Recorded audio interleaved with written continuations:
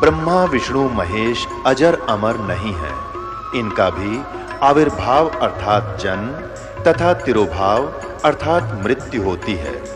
प्रमाण के लिए देखिए देवी भागवत महापुराण।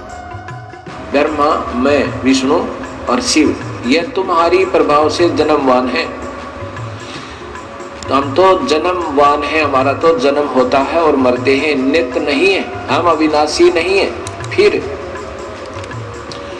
इंद्रादि दूसरे देवता नित्य किस प्रकार हो सकते हैं? कृपया अवश्य सुनिए जगत गुरु तत्वदर्शी संत रामपाल जी महाराज के अमृत वचन।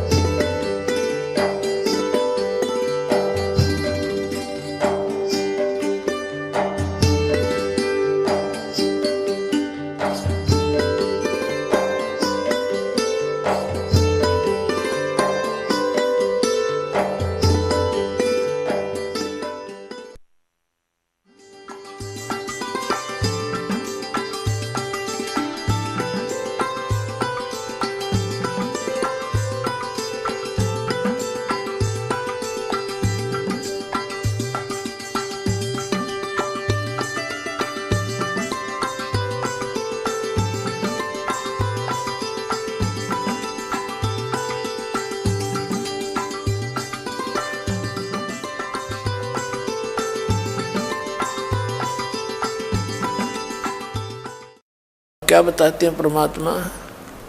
एक माई ले जाएगी अपने पोते ने या पोती ने, और गेल पोता पोती की माँ ने कहाँ ले जाएगी?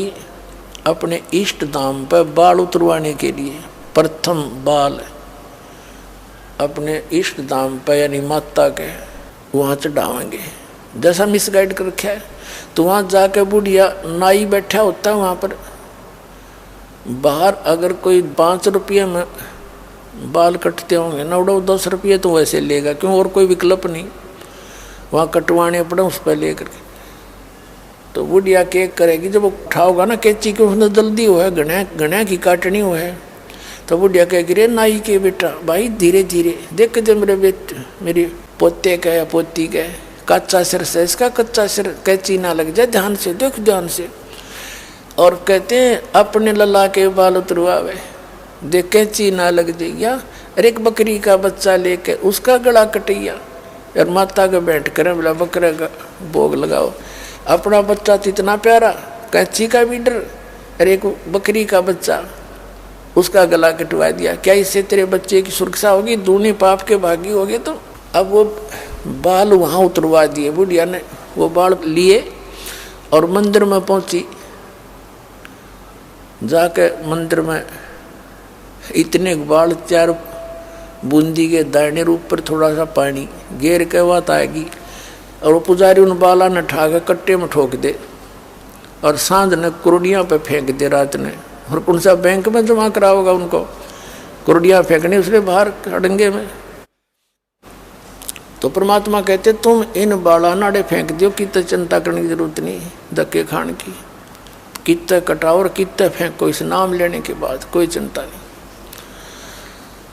फिर क्या बताते हैं कि जीवित बाप के लट्ठम लट्ठा है, जिंदा अपने जीवित पिता की तो कदर नहीं, और मरे पाछे गंग पहुँचाइया, गंगा में अस्थि पहुँचाने जाओ। और फिर जब आवे आसौज का महीना, कौआ बाप बनैया रहे भोली सी दुनिया। परमात्मा कहते हैं कि कहाँ से स्टार्ट किया था गति कराना? अस्थि उठवाओ, गंगा में डालो, 13वीं करो गति होगी। महीने पहले तो बहुत बड़ा झंझट था, 1 साल तक पीछा नहीं छोड़ा करते। फिर श्राद्ध निकालो, पिंड भरवा दो, मुक्ति होगी। और फिर श्राद्ध निकालो। आसौज के महीने में 16 दिन सेलेक्ट कर रखे इन पाखंडिया ने। अमाउस से लेकर पनवासी तक 16 दिन नोट कर रखे। अमावस्या, एकम, द्वितीय, तृतीय, ऐसे। तो जिस दिन इन 16 दिनों में सारे आ जाते हैं, एकम, चौथ, ग्यास, द्वादश सारी, तो जिस दिन जिस तिथि को पिता या पुत्र या माता मरी होती है, मृत्यु होती है, उसको आठम न मरी है तो आठम के दिन इन 16 दिनों में से वो श्राद्ध निकाले जाते हैं। गुरु जी आते हैं, वो पहले भोजन बनाता है। सबसे पहले भोजन बना करके खीर हलवा जो भी, सबसे पहले न्यू कहेंगे ऊपर रख दो छत पे, और कौवा भोग लगा गया तो न्यू सोच ले तेरे पिताजी को मिल गया। अब परमात्मा कहते हैं श्राद्ध में जब कौवा भोग ना लाड़ पावे तो न्यू कहे तेरे पिताजी को भोग नहीं लगा, और कौवे ने भोग खा लिया तो न्यू सोच लो तुम्हारे पिताजी हो सकता कौवे बन गए हो। कल के चोरो कहाँ से शुरू किया था वो कौवा बना के छोड़ दिया, गति कराने लगे थे दुरुक्ति करवा दी। कबीर साहब कहते हैं जीवित बाप के लट्ठम लट्ठा मुँहे गंग पुचैया, और जब आवे आसुज का महीना वो कौवा बाप बनैया, और कौवा बाप बना दिया, भोग ला लिया कौवे ने। फिर क्या बताते हैं कि काचा पाका भोजन बना के माता धोकने गईया, उस माता ऊपर कुत्ता मुत्ते वो क्यों ना मर गईया रे बोली सी दुनिया। हमने देखा करते, हमारी दादी जी थी, हमारी माताओं को कहती कि भोजन जल्दी से वो बना दो माता का, वो थोड़ी देरी कर जाती है, जल्दी बना दो ना, बट उन्हें पता था काचा पाका की साय बन जाए तो कुत्ता ने खाना ही है। अब माता धोकने जाते हैं, एक मंडी ही बना रखी होती है, अपने गांव में बना लेते हैं, अपने खेतों में बना लेते हैं, आसपास के गांव में कोई वेल नोन वहाँ भी चले जाते हैं। तो वहाँ क्या करते हैं, जो भी खान पीन के पूड़े पाड़े बना के ले जाती हैं। अब उस माता के पूड़े चढ़ा दिए, रख दिए, वो भोग लगवाने वाला तो नीचे भी ना उतरे, इतने 5-4 कुत्ते चढ़ के वो माता के सारे तो भोग न खावर, चलते समय उसके सिर पर मुझ काम है। अब परमात्मा कहते हैं तुम किस लिए पूजते हो। परमात्मा कबीर साहब कहा करते आप पे लिपे आप पे पोते, आप पे बनाई ओई, हर इस पे बुढ़िया पोते मांगे, देखा कल कहाँ से खोई। एक ओई माता की पूजते देखे हमने, आप पे लिप पोत के गुड़िया ही औरत की चित्र सा बना लेती, और उसका आगे जोत ला के माई नो गिरा करती, हे माता मेरे दूध पूत में खैर रखिए। बताइए तो खैर रखेगी तेरा के भैया। कबीर साहब कहते हैं पीपल पूजे जाटी पूजे और सिर तुलसा के हो, और दूध पूत में खैर रखिए न्यो पूजू हूँ तो। परमात्मा कहते हैं पीपल पूजे और जाटी पूजे और सिर तुलसा के हो, तुलसी ने पूजे, हरी नन्नो के हमारे दूध पूत में खैर रखियो। बता है कोई बुद्धि छोड़ रखी थी हमारे अंदर। सतगुरु आए दया करी ऐसे दीन दयाले, बंदी छोड़ वृत्तास का जठ रगनी प्रतिपाले। सतगुरु आए दया करी, उन्हें दया करी हम जीवों पर, ऐसे दीन दयाल, ऐसा अमृत ज्ञान दे के चले गए। थोड़े से काम में संपूर्ण काम होता चलेगा, सारे डंगे हट गए, भूत बनाना पितर बनानी, हम सीधे सतलोक जाएंगे। अब क्या बताते हैं, जय सतगुरु की संगत करते तेरे सकल कर्म कट जाई। सकल, ना भूत बनना, ना पितर बनना, ना गधे कुत्ते बनना, ना प्रेत सलाह पे जाना। जय सतगुरु की संगत करते, यानी सतगुरु की शरण आकर के उसके अनुसार साधना करते, तेरे सकल कर्म कट जाई। अमरपुरी पर आसन होते, अमरपुरी उस शाश्वत स्थान।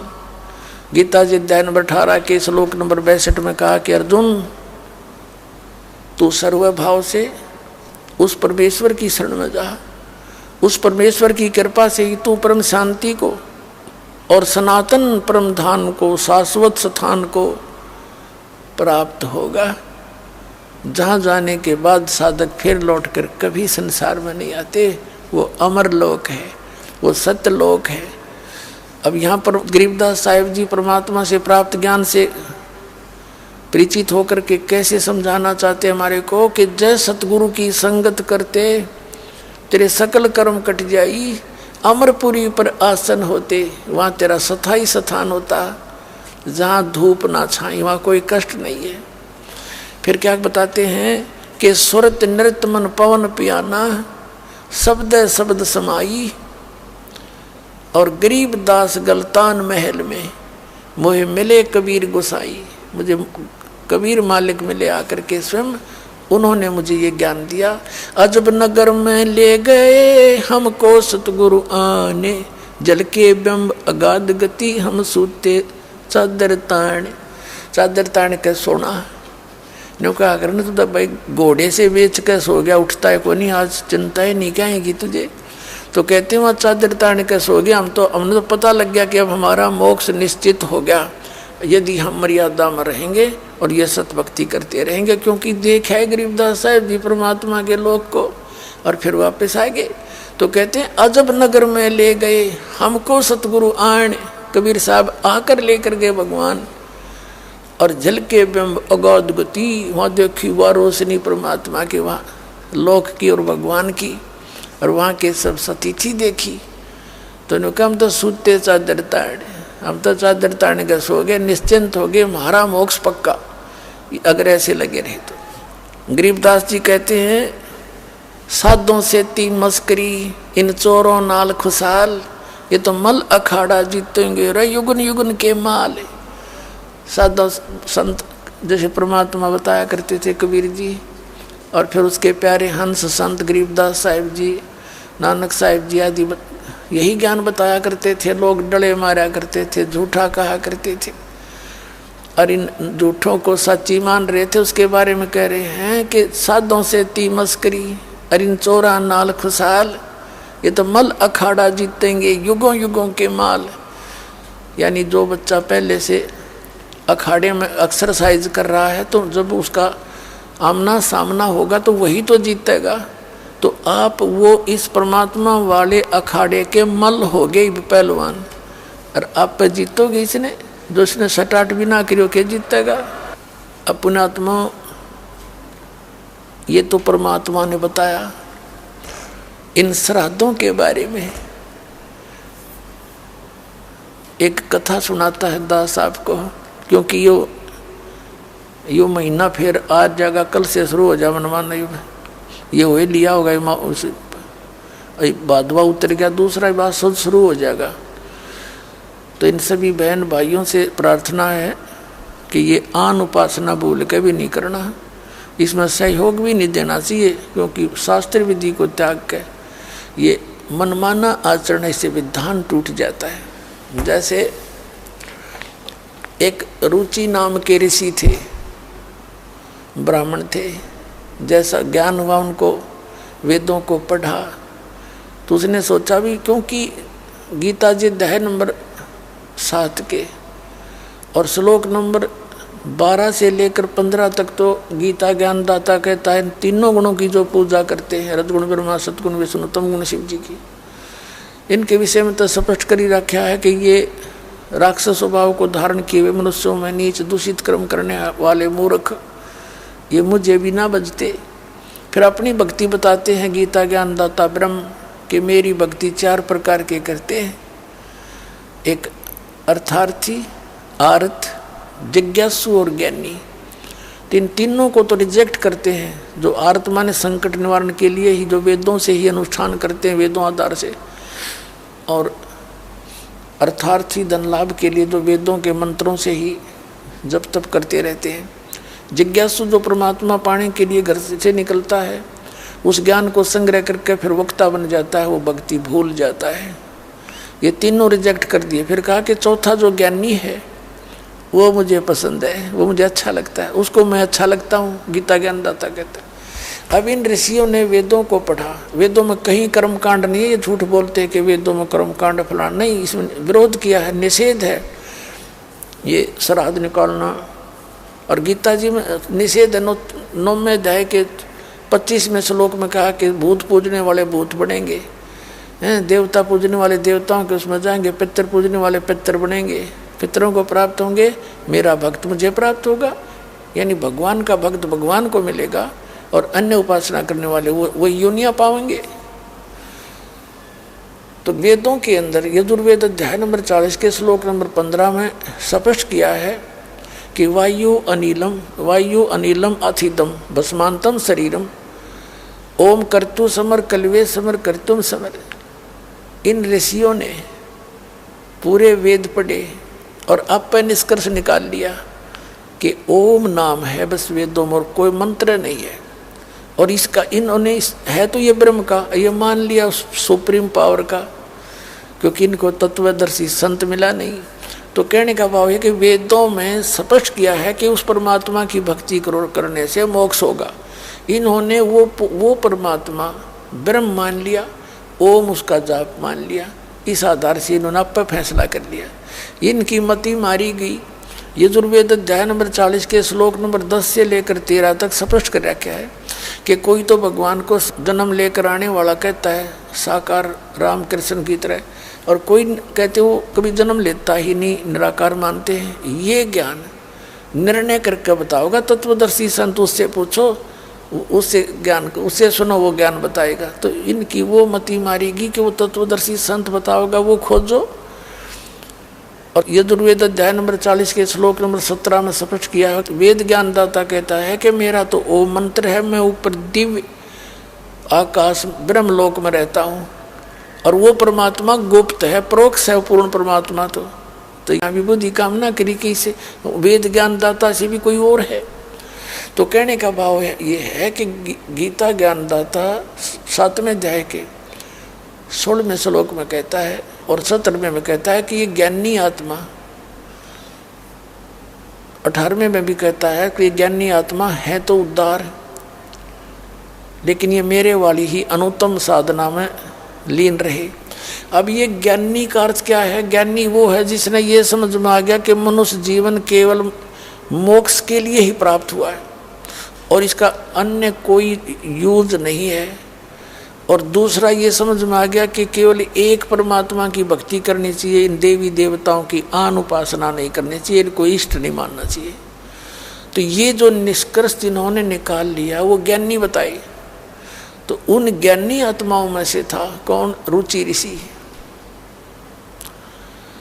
रुचि ऋषि वेदों अनुसार साधना करता था, ओम नाम का जाप करता था और कोई कुटिया भी नहीं बना रखी थी, जंगल में रहता था। 40 वर्ष का हो गया। जब वो 40 वर्ष का हो गया तो उसके पूर्वज दिखाई दिए जो भूत बन रहे थे ब्राह्मण, ये कर्म कांड कर करके 4 पीढ़ी के, यानी पिताजी, दादाजी, दादाजी का पिता और फिर चौथा दादाजी, ये आकाश में दिखाई दिए और कहा, बेटा रुचि तूने विवाह क्यों नहीं करवाया? विवाह कराना चाहिए था, विवाह करके हमारे कर्म कांड करता, श्राद्ध निकालता, न्यों करता, ऐसे करता। अब रुचि कहता है कि पितामहो, वेद में तो इस कर्म कांड को, श्राद्ध श्रुद्ध निकालने को मूर्खों की क्रिया बताई है, अविद्या कही है। अब वो ब्राह्मण भी मानते हैं चारों, अक बेटा ऐसा ही है, वेद में तो ऐसा कहा, बिल्कुल ठीक है तो यह अविद्या ही। फिर भी पितर ये कर देते हैं, पितर पुत्र दे देते हैं, पितर खाक दे देते, आप भूखे मरे, मूर्ख बना रहे। अब दिखाता हूं आपको।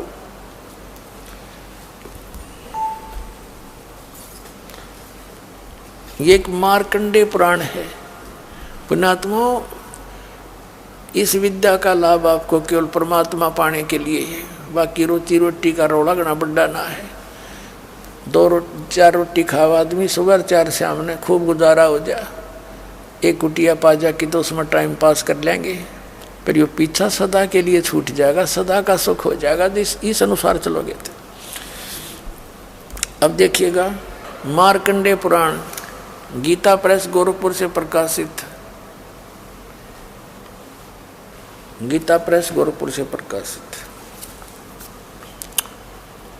ये मार्कंडेय पुराण संक्षिप्त 242 पृष्ठ पे नीचे देखिएगा। रोचे मुनि की उत्पत्ति कथा। मार्कंडेय जी कहते हैं, ब्रह्मन पूर्व काल की बात है, प्रजापति रुचि, ममता और अहंकार से रहित इस पृथ्वी पर विचरते थे। उन्हें किसी से भय नहीं था, वे बहुत कम सोते थे उन्होंने न तो अग्नि की स्थापना की थी और न अपने लिए घर बना रखा था। वे एक बार भोजन करते और बिना आश्रम के ही रहते थे। उन्हें सब प्रकार की आसक्तियों से रहित एवं मुनिवर्ती में रहते देख उनके पितरों ने उनसे कहा। पितर बोले, बेटा, विवाह स्वर्ग और अपवर्ग का हेतु होने के कारण एक पुण्यमय कार्य है, उसे तुमने क्यों नहीं किया? गृहस्थ पुरुष समस्त देवताओं, पितरों, ऋषियों और अतिथियों की पूजा करके पुण्यमय लोकों को प्राप्त होते हैं। वह सभा के उच्चारण से देवताओं को शब्दा शब्द से पितरों को तथा अन्नदान बलि वैश्वदेव आदि से भूत आदि प्राणियों एवं अतिथियों को उनका भाग समर्पित करते हैं। बेटा, हम ऐसा मानते हैं कि गृहस्थ आश्रम को स्वीकार न करने पर तुम्हें इस जीवन में कलेश पर कलेश उठाना पड़ेगा और मृत्यु के बाद और दूसरे जन्म में भी कलेश ही भोगने पड़ेंगे। रुचि कहते हैं, पितरगण, परिग्रह मात्र ही अत्यंत दुख एवं पाप का कारण होता है। ये ब्याह करवाना तो और बड़ा झंझट, आप क्या शिक्षा दे रहे हो मेरे को, तथा उनसे मनुष्य की अधोगति होती है। यही सोचकर मैंने पहले स्त्री संग्रह नहीं किया। अब यहाँ कहते हैं, पितर बोले, ये देखो चारों भूत दिखाई दे गए बेचारे को, ये चारों भूत बन रहे, और ये इसने दिख गया अपने पितर। अब ये क्या कहते हैं? पितर बोले, बेटा, जितेंद्रिय होकर आत्मा का प्रक्षालन करना उचित है, किंतु तुम जिस मार्ग पर चल रहे हो तो मोक्ष मार्ग है। देखा कल इनकी फुटे बाग, नौका जो साधन कर रहा तू वो तो मोक्ष मार्ग पर जा रहा है, माराड़ा करे नरकमान का। तेरा गजब है ये। पितर बोले, बेटा, जितेंद्रिय होकर आत्मा का प्रक्षालन करना उचित है, किंतु तुम जिस मार्ग पर चल रहे हो वो तो मोक्ष मार्ग है, आगे देखना। ये कहता, रुचि ने पूछा, पितर महो, वेद में जो इन्होंने यहाँ बताया ना सरासरुद निकाल, वेद में रुचि ने पूछा, पितामहो, वेद में कर्म मार्ग को यानी ये भूत सरासरुद निकालन को अविद्या कहा है, फिर क्यों आप लोग मुझे उस मार्ग में लगाते हैं? पितर बोले, ये सत्य है कि कर्म को अविद्या ही कहा गया है, इसमें तनिक भी मिथ्या नहीं है। फिर भी ये तो निश्चित है विद्या की प्राप्ति एंड बेंड करना है, फिर क्या टट्टू रह गया? आप भी माने जो हम बता रहे हैं वो अज्ञान है, और वेद में लिखा है हम जो बताएं वो ये पितर भी मानते हैं।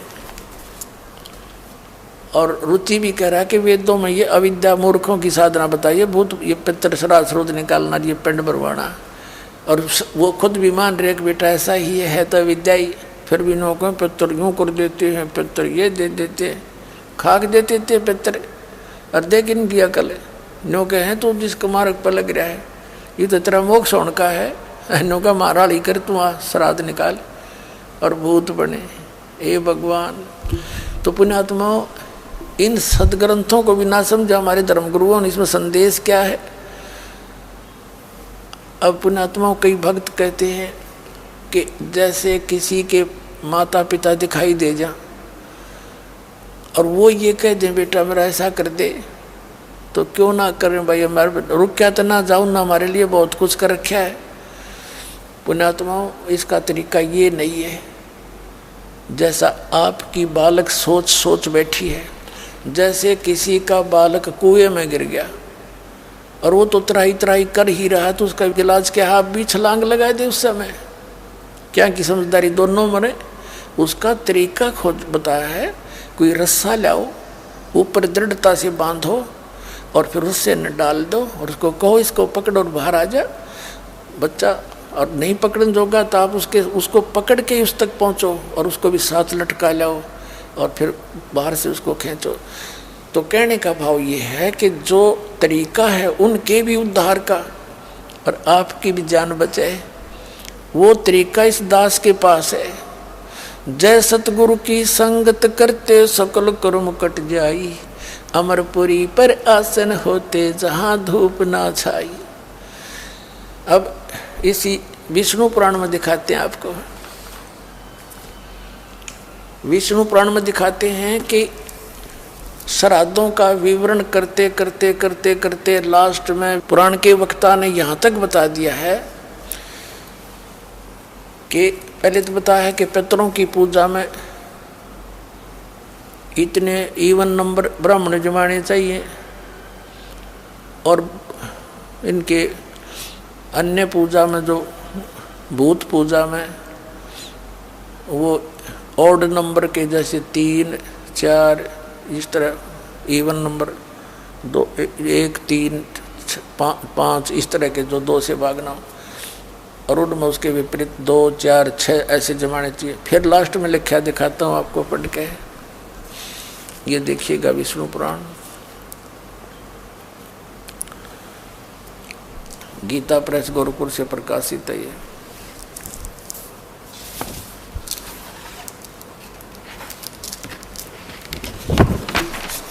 इसके अनुवादक हैं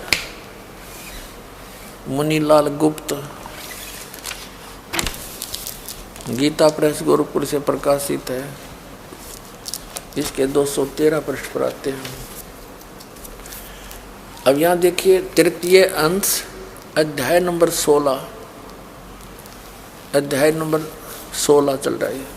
15 में अध्याय 15 का यह एंड है। ये 16वां यहाँ शुरू होता है, ये 15वें के लास्ट में 213 पृष्ठ पे क्या बताया है। यहाँ बताया कि राजन 213 पृष्ठ पे राजन श्राद्ध करने वाले पुरुष से विश्व के देवगण, पितृगण, मातामह और कुटुंबीजन सभी संतुष्ट होते हैं। हे भूपाल, पितृगण का आधार चंद्रमा है और चंद्रमा का आधार योग है, इसलिए श्राद्ध में योगी जन को नियुक्त करना अति उत्तम है।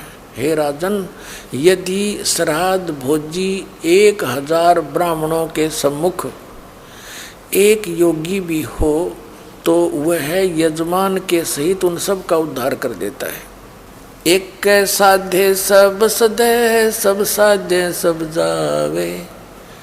अब ये परमात्मा का विधान है कि एक योगी, योगी माने जैसे श्रीमद् भगवद गीता अध्याय नंबर 2 के श्लोक 53 में कहा कि अर्जुन, जब तेरी बुद्धि भिन्न भिन्न प्रकार के भ्रमित करने वाले वचनों से हटकर एक तत्व ज्ञान पर उस परमात्मा के ऊपर स्थित हो जाएगी, तब तो तू योग को प्राप्त होगा, तब तू योगी बनेगा।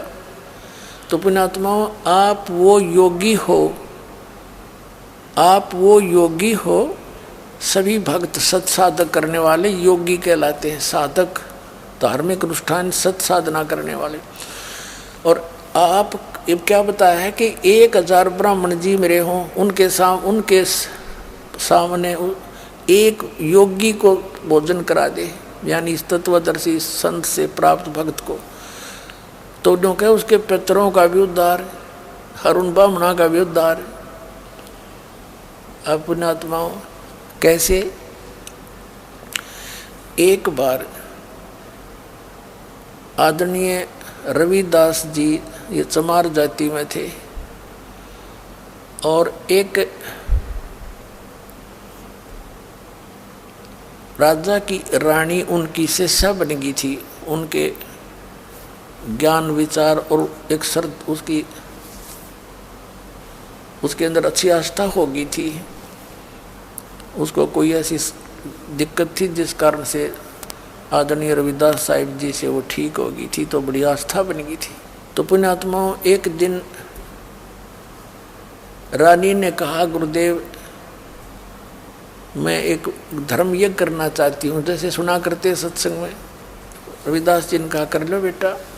लेकिन रानी को पता था गुरु बिन माला फेरते, गुरु बिन देते दान। तो रानी ने 700 ब्राह्मणों को न्योता दे दिया राजा से कह के। 700 पंडित आ गए वहाँ पर,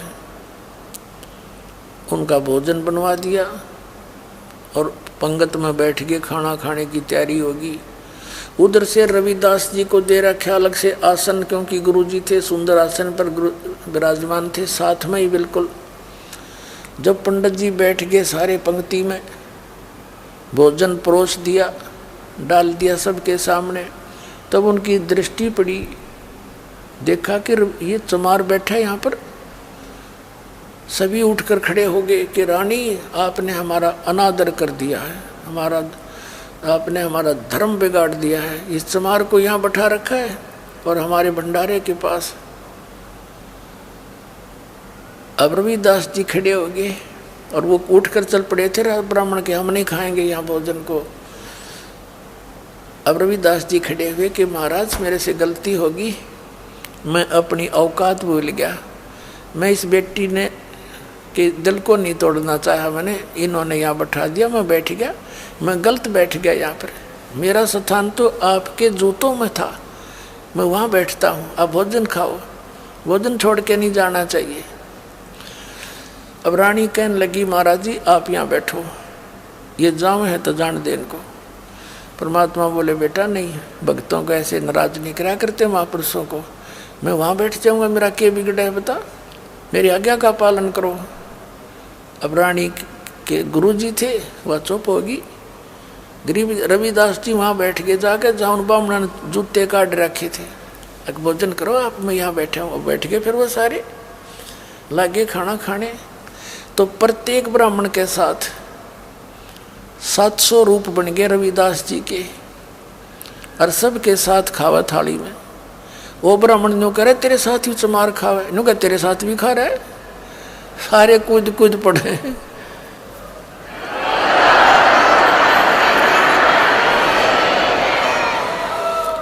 रविदास जी कहने लगे महाराज मैं तो यहाँ बैठा हूँ, यहाँ भी नहीं अच्छा लगता तो चला जाता हूँ। जब सारे के वो खड़े हो गए तो रविदास जी भी सबके साथ एक एक खड़े। तब रविदास जी कहने लगे कि ये चोटा रखवावणत है, अरे या गले में जनेऊ गला मार डालन तो भगवान नहीं मिले, तुम तो सूत इस कच्चे धागे का बांध रहे हो, तुम जनेऊ लिया मैं दिखाता हूँ जनेऊ। गोज में गाल रहे थे वह जूते चाम चीरण की एक खुरपी सी, और कहते नू अपना यहाँ से ऐसे करके दिखा दिया। नो बोला देखो, कहते सोने का जनेऊ था अंदर साइड में, वो तो लीला थी कि जनेऊ तक के थे, सोने का जनेऊ दिखाया रविदास जी ने। कहते इन जनेऊआ तो बात नहीं बने भाई, भक्ति करें पार पड़ेगी, आंडो पेट भरते तुम भी गधे बनोगे। 1.5 घंटा प्रवचन किया रविदास जी ने, कबीर परमात्मा से सुने हुए ज्ञान के। 700 के 700 ने अपने वो जनेऊ तोड़ तोड़ घेर दिए, काट दिए उड़े। कहते 100 मन सूत बना था, गरीबदास जी ने लिखा है उन गलाम्या का 100 मन सूत इतना लटकाया ने थे, और लेकर नाम अपना गुजारा किया। तो ये यही प्रमाण समझ लेना, एक योगी ज्ञान भी देगा समाधान भी करेगा, उसके पास परमात्मा का वो सत्य भक्ति मंत्र होता है। अब आपको उदाहरण देते हैं।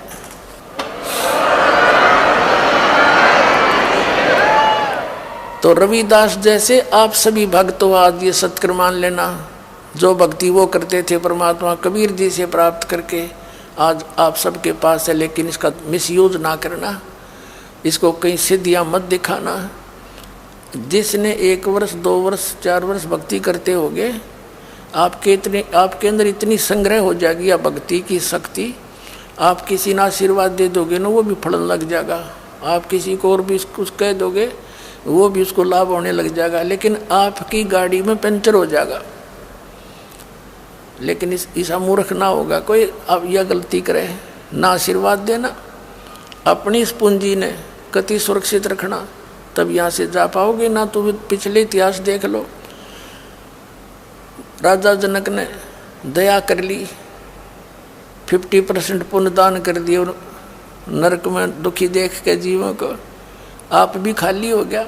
उनको कुछ लाभ होना नहीं था, कुछ दिन स्वर्ग में रहे, उल्टे फिर नरक भोगने के लिए आना ही था, और वो भी खाली हो गए, पृथ्वी पर फिर आप अटके।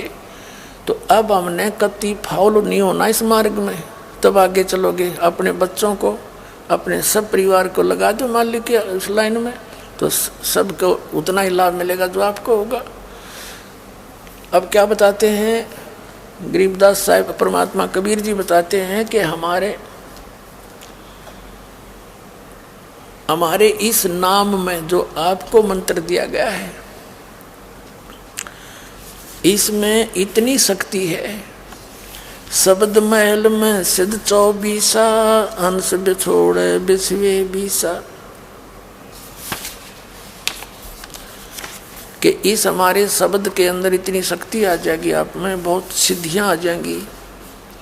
एक सिद्धि सुरदेव मिलावे, एक सिद्धि मन वृत्ति बतावे, एक सिद्धि हो पवन स्वरूपी, एक सिद्धि होवे अनुरूपी, एक सिद्धि निस्वासर जागे, एक सिद्धि सेवक हो आगे, एक सिद्धि स्वर्गापुर धावे, एक सिद्धि जो सब गट छावे, एक सिद्धि सब सागर पीवे, एक सिद्धि जो बहुजुग जीवे, एक सिद्धि जो उड़े आकाशा, एक सिद्धि परलोक के वासा, एक सिद्धि कष्ट तन जारा, एक सिद्धि तन हंस नियारा, एक सिद्धि जल डूब न जाई, एक सिद्धि जल पैर न लाई, एक सिद्धि बहुचोले धारे, एक सिद्धि नीत तो विचारे, एक सिद्धि पांचों तत् नीरम, एक सिद्धि जो वज्र शरीरम, एक सिद्धि पीवे न खाई, एक सिद्धि जो गुप्त छुपाई, एक सिद्धि ब्रह्मांड चलावे, एक सिद्धि सब नाद मिलावे, इतना खेल खिलारी खेले, सो हम हंसा प्रगट बेले, 24 को ना जल चावे, सो हंसा शब्द अतीत कहावे, प्रासिद्धि पूर्ण पटरानी, सतलोक की कहूँ निशानी, सतलोक सुख सागर पाया, सतगुरु भेद कबीर लखाया, परमहंस पे खो परवाना, जन कहता दास गरीब दीवाना। अब क्या बताते हैं परमात्मा, जो भक्ति तुम कर रहे हो, अगर इसमें पंचर कर लिया तो ये सिद्धियां प्रकट होने लग जाएंगी और आपका भट्ठा बैठ जाएगा, औरों में प्रभुता आपकी अवश्य हो जाएगी। जैसे अन्य संतों ऋषियों ने एक एक सिद्धि की प्राप्ति के लिए कोई कोई वर्षों तक अनुष्ठान किए, उनमें सिद्धि आ गई। क्या आ गई? एक सिद्धि सब सागर पीवे, एक सिद्धि जो बहुत जुग जीवे। अगस्त ऋषि जी ने सारे जीवन में डला डोया, एक सिद्धि प्राप्त कर ली सब सागरों को पीने की, और वो दिखाए बिना फिर डटया जाना करामात। 7 समुद्रों को एक घूंट में पी लिया था, खाली कर दिए। एक सिद्धि सब सागर पीवे। और यह बात क्यों कर देते आज हमारे कलयुगी दिमाग में इन नकली संतों ने बैठा दिया, बोला ऐसा नहीं हो सकता, ये तो गपौड़ है। अध्यात्म के अंदर जो पावर है यहाँ के किसी भी अणु और परमाणु में नहीं हो सकती। अब क्या बताया है? एक सिद्धि सब सागर पीवे, एक सिद्धि जो बहुत जुग जीवे। ऐसी सिद्धियां प्राप्त कर लेते हैं, काफी लंबी आयु प्राप्त कर सकते हैं श्वास को छोटा करके। फिर बताते हैं एक सिद्धि निस्वासर जागे, एक सिद्धि सेवक हो आगे। एक गांव है खेड़ी दमकन, मेरे मामा जी का गांव है, और वहां पर गीसा पंथी एक नेकी राम जी थे। गीसा पंथी वो नारा नारी के नारा गांव के रहने वाले थे, और वो आदरणीय गीसा दास साहिब जी के शिष्य थे। लेकिन उन्होंने अपने गुरुदेव के उस मार्ग को स्वीकार ना करके शिष्य तो बन गए, लेकिन डले अपने सत्र के डोए उसने। क्योंकि आदरणीय गीसा दास साहिब जी गृहस्थी थे, बाल बच्चेदार थे, उनके संतान थी, और ये मतलब ब्रह्मचारी थे, शादी नहीं कराई, कुंवारे थे। और इन्होंने नाम ले करके वहाँ से निकल गए और काफ़ी दिन तक ये अपना हठ योग करते रहे। एक दिन खेड़ी दमकन गांव गोहाना तहसील के अंदर है, उसमें बनी में बैठ गए जाके, और कई दिन बैठे रहे, सारी जग सोए को नहीं। लोग देखें, छुप के भी देखा गांव वालों ने, अगर देखोगे बाबा जी सोए है कि नहीं सोता, तो उसकी बोल बाला हो गया, भाई महाराज तो दिन रात जागे, हमने कदे सोता है ना देखा, और स्वस्थ शरीर है इसका। इस बात पे उन्हें सारा गांव झुक गया, उसका मंदिर बना दिया और गाड़ दिया, चिमटा काल का खूटा गाड़ दिया, नेकी राम का। अब कहते हैं एक सिद्धि निस्वासर जागे, दिन रात जागे, एक सिद्धि सेवक हो आगे। फिर कहते हैं एक सिद्धि जो वज्र शरीरम, एक सिद्धि जो पीवे ना खाई, एक सिद्धि जो गुप्त छुपाई, एक सिद्धि जो मनवर्ती बतावे। यानी इस तरह की सिद्धियां हैं सारी जो छोटी मोटी मन की वृत्ति बता देता है कोई, तो इनसे कोई लाभ नहीं होने का। परमात्मा कहते हैं शब्द मैल में सिद्ध 24, हंस में छोड़े विश्व बीसा। परमात्मा से दूर कर देगी ये सिद्धियां, इसके निकट ना जाना। इसको जो अपना मूल उद्देश्य है उसको प्राप्त करके आगे चलेंगे। अब प्रसंग चल रहा था कि श्राद्ध व्राद्ध निकालना ये व्यर्थ है। मेरे पूज्य गुरुदेव जी, एक जीवित उदाहरण सुनाता हूँ आपको। मेरे पूज्य गुरुदेव जी ब्राह्मण, इस परंपरागत ब्राह्मण जाति में जन्मे थे। गांव बड़ा पैंतावास, तरखी दादरी के पास, जिला भिवानी में। जब ये 17-18 वर्ष के हो गए, पहले यही अपना परंपरागत कार्य करते थे। ये किसान खेती करते थे, इनके घर मतलब जमीन थी इनका। और जो पांडे होते हैं ना ब्राह्मणा के भी, ब्राह्मण और न्यारे होया करो, कर्म कांड करनी है। तो ये अपने खेतों में गऊ चरा रहे थे, पशुओं को लेके गए हुए थे। और इनको हमारे दादा गुरुजी से मुलाकात होगी, उनके ज्ञान को सुना, उनकी प्रेरणा पा करके इन्होंने सोच लिया इस जीवन का उद्देश्य केवल परमात्मा पाना ही है।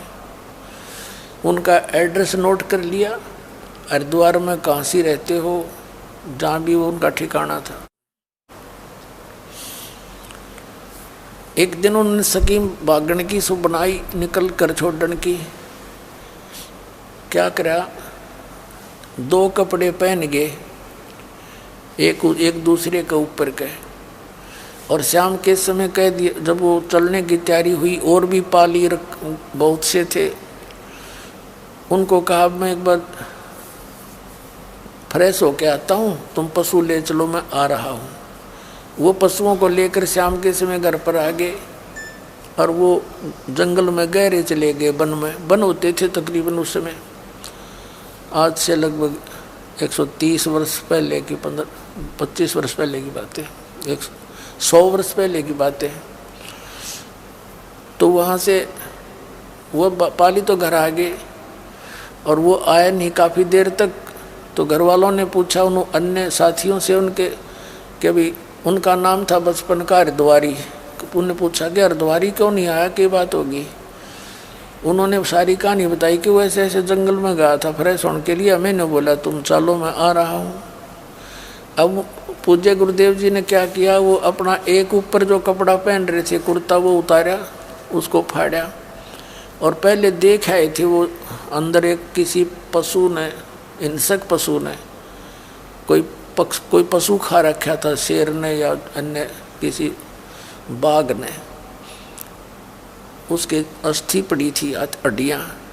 वहाँ जाकर कपड़े पाड़ के घेर दिए, उसके ऊपर गए, और वहाँ से खिसक गया। रात तो रात पहुँच गए वो तो जहाँ उन्होंने जाना था।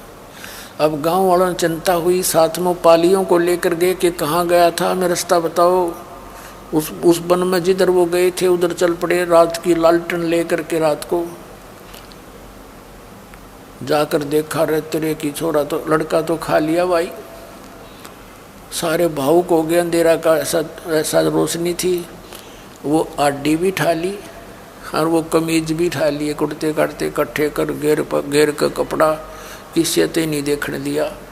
रातों रात फूक दिया, सवा कर दिया। हाहाकार मच गई, सारा परिवार रोवा, रिश्तेदार आवे, अस्थि ठा के उड़ा गंगा में घेर के आए। फिर 13वीं करी, जो भी 13वीं 17वीं हुआ करी। फिर प्रत्येक महीने ऐसे करते थे, 1 साल में वर्षी बनाई। फिर हो गए उसके श्राद्ध निकालने शुरू। अब वो फिर घर पे उन्होंने दोबारा संदेश नहीं दिया, बिल्कुल भी झांके भी नहीं। जब उन्होंने सतलोक जाने की तैयारी करी, उससे 2 वर्ष पहले सन 1995 में तलवंडी भाई की एक कस्बा है फिरोजपुर जिला में पंजाब के अंदर, वहाँ अधिकतर मेरे गुरुजी रहा करते। उनका आश्रम आज भी बना हुआ है। एक मोघा के अंदर आश्रम था, एक खन्ना के अंदर आश्रम था पंजाब में, एक नजफगढ़ के अंदर आश्रम था। वो ज़्यादातर तलवंडी भाई रहा करते थे। तो उस समय उनके इस दास को आदेश मिल गया था यहाँ दीक्षा और सत्संग करने का। उनकी सेवा में 2 भक्त हरियाणा से ही छोड़ रखे थे। उनका संदेशा आया कि गुरु जी 45 सारे हैं। हम भी पहुंच गए, 2-4 भक्त लेकर जीप ले रखी थी हमने, गांव में सत्संग करते थे। वहाँ जाके प्रणाम हुआ। उनकी भाभी जी थी लगभग 92 वर्ष की, 92 वर्ष की हो रही थी। हमने उनसे पूछा कि माता जी हमारे गुरु जी जब घर छोड़कर चले गए थे, आज पहली बार आए हैं तो सारा गांव देखना आया कि हरद्वारी तो जीव है, रतरा को जब ये तो जीव है, सारा गांव देखना आया। तो मैंने पूछा कि आपने पीछे से क्या सोचा? न बोली मैं जब ब्याही आई, मैं जब यहाँ आई मुझे पता चला कि इनका भाई एक निसंतान मरा हुआ है, तो इसके श्राद्ध निकाला करते हैं और मन ने भी श्राद्ध बहुत निकाले। और कोई घर में कोई नुकसान हो जाता था, जैसे कोई पशुओं में हानि होगी या फसल बिगड़ गई, हम अपने ब्राह्मण गुरुओं से पूछा करते, जंतर पतरा देखने आते, ज्योतिष वाले थे, तो वो ये बताया करते आपका एक निसंतान मर रहा है। गांव के गांव में सब नबेरा हुआ, कौन मर रहा है, कैसा मर रहा है, और वो तुमने सिद्ध है, वो पितर बन गया, उसका ये 5 लत्ते धर दो हैं, उसका ऐसे अनुष्ठान करवाइयो, इसका श्राद्ध निकलवाइयो, मैं निकालूंगा ढंग से, पाछे ठीक ना निकला। ने बोले हमने वो सारे कुछ करते रहे, होना था वो हो ही रहा था। फिर मैंने कहा माता जी गीता जी में लिखा है 9वें अध्याय के 25वें श्लोक में कि भूत पूजनीय भूत बनेंगे। ने बोली भाई गीता मैं भी पढ़ा करूं। मैं बोला फिर अब तो ये क्रिया छोड़ दो, ये श्राद्ध श्रुद्ध निकालन की। ने बोली ना भाई यह तो पुरानी लाग से नो के छूटे है। बता कहाँ उठा इसकी जीव की बुद्धि ने, जब सामने देखने लग रही है बैठा दुनिया का उद्धार करे, तुमने कोई सिद्ध है क्या अकल है उन गुरुओं में। परमात्मा कहते हैं साधों से तीमस करीन चोरा नाल खुशहाल, ये तो मल अखाड़ा जीतेंगे युगों युगों के माल। इन परंपराओं को, इन क्रियाओं को सूरवीर त्यागेगा, आप वो सूरवीर हो जिन्हें ये त्याग दिए, आपका मोक्ष निश्चित है। बोलो सतगुरुदेव।